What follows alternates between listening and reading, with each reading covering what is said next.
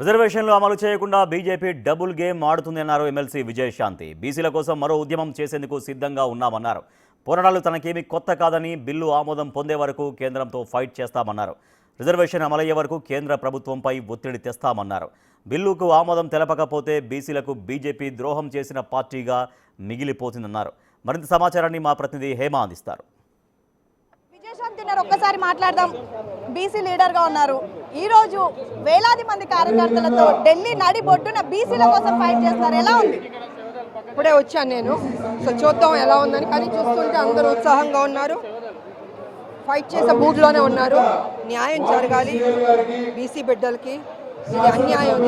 BJP double game ఆడుతుంది, విడిచిపెట్టే ప్రసక్తి లేదు. నాకు ఎలా అంటే తెలంగాణ ఉద్యమం కోసం పోరాటం సాధించాం. ఇప్పుడు మళ్ళీ మరొకసారి బీసీల కోసం ఇంకొక ఉద్యమం చేయాల్సి వస్తుంది. తెలంగాణ ఉద్యమం అంటే ఫస్ట్ రామలక్కనే గుర్తొస్తుంది. ఇప్పుడు బీసీ ఉద్యమంలో కూడా మీరు పార్టిసిపేట్ చేస్తున్నారు. మళ్ళీ మీ మార్క్ క్రియేట్ చేయబోతున్నారా? 100%. ఎందుకంటే పోరాటాలు అన్నది నాకు అలవాటు అయిపోయింది, సాధించడం జరిగింది.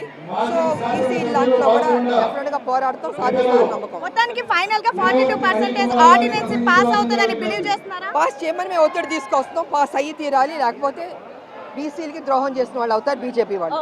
సో మొత్తానికి 42% రిజర్వేషన్ ను అమలు చేయకపోతే మాత్రం ఖచ్చితంగా బీసీలకు ద్రోహులు చేసినటువంటి వాళ్ళు అవుతారు అని అయితే విజయశాంతి చెప్తున్నటువంటి పరిస్థితి.